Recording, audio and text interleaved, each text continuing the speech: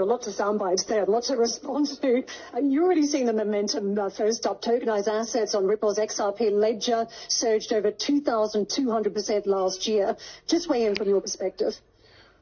Well, I think I agree with a lot of what was said here. I do think the first poster child of tokenization is really stable coins. You saw, as Brian observed, massive growth last year. I think, went from, in 2024, $19 trillion of transactions on stable coins.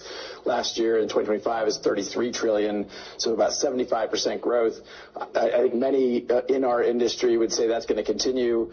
I think to the extent there's space between what Brian was just talking about and how I think about the Bitcoin idea of a Bitcoin standard, I look at that and I think it's much more of the marriage. Sovereignty of fiat currencies, I believe, is for many countries sacrosanct. Ben Bernanke spoke at a Ripple event many years ago, and he made the point that governments will roll tanks into the street before giving up monetary supply, giving up the control of monetary supply, which stuck with me as, yeah, that makes sense. And so at Ripple, we very much focus on building the bridges between traditional finance, as Bill was describing, what we now call TradFi, and decentralized finance. And that has meant working with a lot of the banks around the world to kind of build those bridges.